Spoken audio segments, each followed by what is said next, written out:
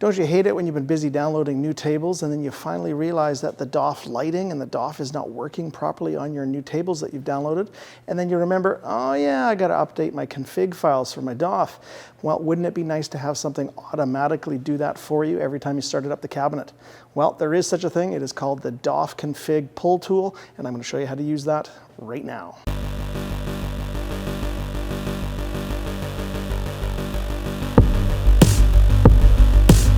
So one of the things I really love about the virtual pinball hobby is that there are so many cool customization things that you can do to these cabinets. In fact, there's so many that often you don't even know about it. So the thing I'm teaching you about today was literally brought to my attention from one of my subscribers, and they were asking me, how can I get this working? So I figured it all out, got it working perfectly on my cabinet, and now I'm going to show you guys. So what we're talking about today is the DOF config pull tool, and it's something you can download, and it will automatically set up your config files and put them in the right spots, and it will happen every single time you start up your computer so that you will always have the current build. So enough yakking, let's figure this out. Very first thing we need to do is go to our DOF config tool. So open up a Google Windows and type in DOF config tool. We're going to go to configtool.vpuniverse.com. Okay, and remember, this is for just doing automatic config saves. You should already have your DOF set up already. If you haven't done that and you don't know what I'm talking about, I will put a link up to my DOF videos. Make sure you go watch that and get everything set up and working properly before you do this one. Okay, go ahead and log yourself in. Okay, now once you log in, you're going to want to maximize the window because they've got the files hidden over here that you need.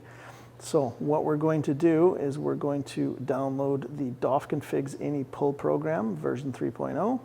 If it pops up an error, just say keep. This is going to be in our downloads folder. Okay, very first thing you're going to want to do is right click on that, go to properties and hit the unblock and apply and then OK. That way nothing gets blocked when you go to open this up. Now you can double left click on that, and these are the two files that we need. So go ahead and select both files and right click copy. Then you're going to open up this PC, open up your C drive, and then you're going to have to put it into your direct output folder. Now these are where our INI files are, and this is where we want to put it. So you can see already that I have the LED control pull.bat and the .vbs files already here. So go ahead and right click, paste, and they'll put them right there. Now, we need to edit something in here. So to edit this .bat file, you're going to right click and you're going to go to edit, and it should open it up in Notepad. And then there's a couple things we have to adjust in here. So if I open up what it looks like when you first open it up. All right, so when you open it for the first time, this is what you're going to see. And there is a couple things that are commented out here. So this is more instructions. So it's saying that this part right here, you need to get your API key from our LED Wiz config tool. So that is going to go and replace right here all the way up to the equal sign is where we need to put our API key. So if we go back to our config tool that we left open still, and if you go to my account, it's going to be right up here. It says my API key. You can left click, drag, and then right click, copy that. And then, like I said, just select what it says right here, your LED Wiz config tool underscore API.key, and then just right click, paste, and then you'll get how it looks like on mine there. Now these are specific to your config tool, so it doesn't help using my config tool. It's going to be different because you have different LEDs and your different setup for your config files. So make sure you use yours. And then the other thing here it says is that they want you to put where it says this VP table path. This is supposed to be the path through your tables directory. I found somewhere online that it said that you should actually put this where you are actually putting your INI files. That way they get put in the right spot. So that's what I did. So where it says this, right up to the equals sign, you're going to copy over that with the actual pathway to your direct output folder. So you can see for mine right there, literally it's C colon / direct output, and that is where it's going to be put. Okay, and then on your way out, make sure you save it. and you can close both up. Now I went ahead and tested this for you guys already. If you leave it here and edit it the way I've shown you, it will update these files. These ini files, the direct output shapes.png and the .xml and the table mappings. It will update those.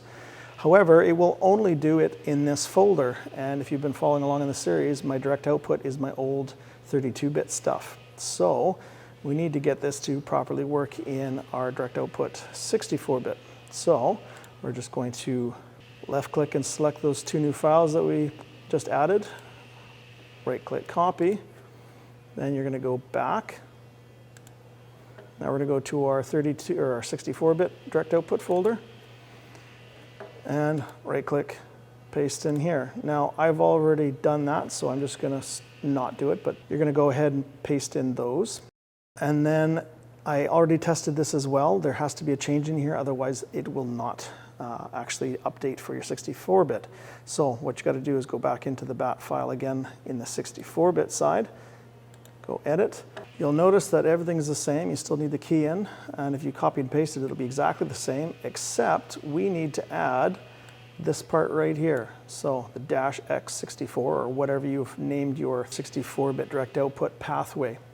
And that way, this will do the same thing. Okay, go ahead and file, save it, and then close it up. Now technically you are done here if you just wanted to be able to update kind of whenever you wanted, as opposed to every single time you turned on. You just have to double left click on the bat file and it will automatically go ahead and start it. You'll see this cmd.exe program start up, and within about 15-20 seconds or so it will close and those files will be updated. And I did test this by taking the files directly out of the folder, and they do pop back in. So this is another option if you want to just do this whenever you feel you need to, but I am going to show you how to do this automatically every time the computer starts up as well. And remember, if you're going to do this manually, you're going to have to do this for the 64-bit and then go back to the 32-bit to do this manually.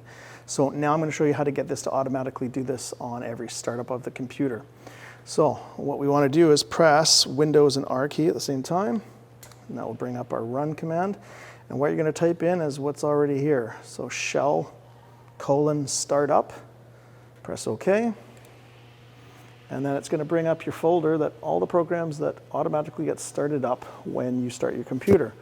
Now you'll notice that I have my LED control pull.bat shortcut already in here. And I've also got another one in here that I had to change the name on it by 1. Now to make these really quite simple, so for example, if I go back to my direct output, this is the .bat file I want to start at startup, so right click on it, go create shortcut, and then you just right click, cut, and then go back up to your startup folder and right click, paste. Now there's already one there, so I'm not going to replace it.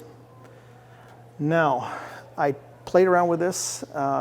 If you only have the one in there, it will only do your 32-bit direct output config files, but I wanted the 64-bit to happen at the same time. So because it's the same file that I copy and pasted to my 64-bit, if I go over to there, you'll see it literally is exactly the same file, just in a different folder.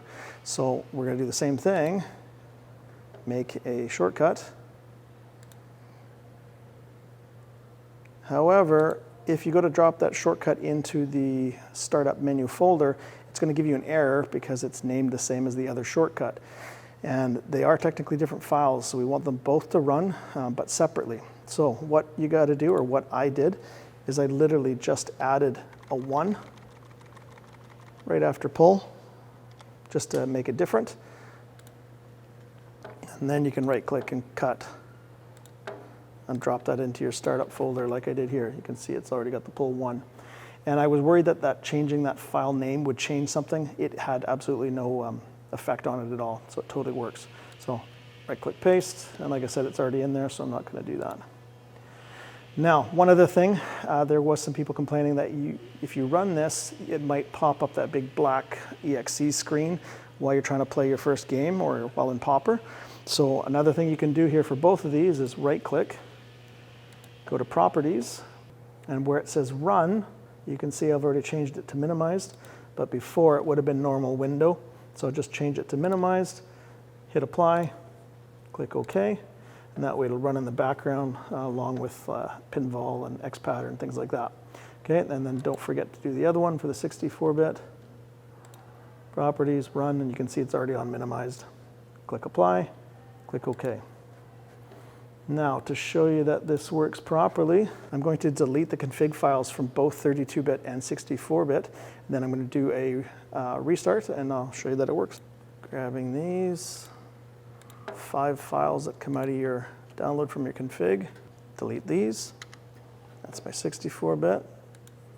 And if I go back to here, my 32-bit, select the 5 files, and delete these. Okay, I'm going to go ahead and restart my computer, and then you'll see that it'll pop right back up. All right, so I just did a fresh restart and went right up into our front end here. Now, if you're cycling through tables and noticing that you've lost your DOF lighting for the pinup popper, don't be too alarmed, because I just deleted all of my config files, so literally this popper opened up quicker than it could download and get that stuff put in for me. So you're gonna notice that your first game you select, you're gonna have your DOF setting, and by the time you kick back out of a really crappy pinball game, you're gonna notice your front end's working great too. So, just to confirm things with you, I'm going to close this out and show you that those config files have been updated and put in the right spots. This PC, C drive, direct output. Let's check our 32-bit first. Yeah, there we go. There's our 1, 2, 3, 4, 5 config files. So our 32-bit should be working good. And if I kick out and go to my 64-bit, there you go. Table mappings, output shapes, PNG and XML, and there's my config.inis. So awesome, this is working great. Now keep in mind this automatic updating when the computer starts up. You're gonna have to have your vpin hooked up to the internet in order for that to happen. Sweet. All right, that's a wrap in another video from Way of the Wrench, and this time on how to get all of your DOF config files downloaded automatically by your computer. How cool is that? Special shout out to Chris, CCU902, I believe. Thank you very much. I didn't even know about this program, and now I can share it with everyone else. So props to you, man. If you haven't already, why don't you follow us on Instagram? That way you can follow along with what's going on in the shop in between videos. Until next time, take it easy.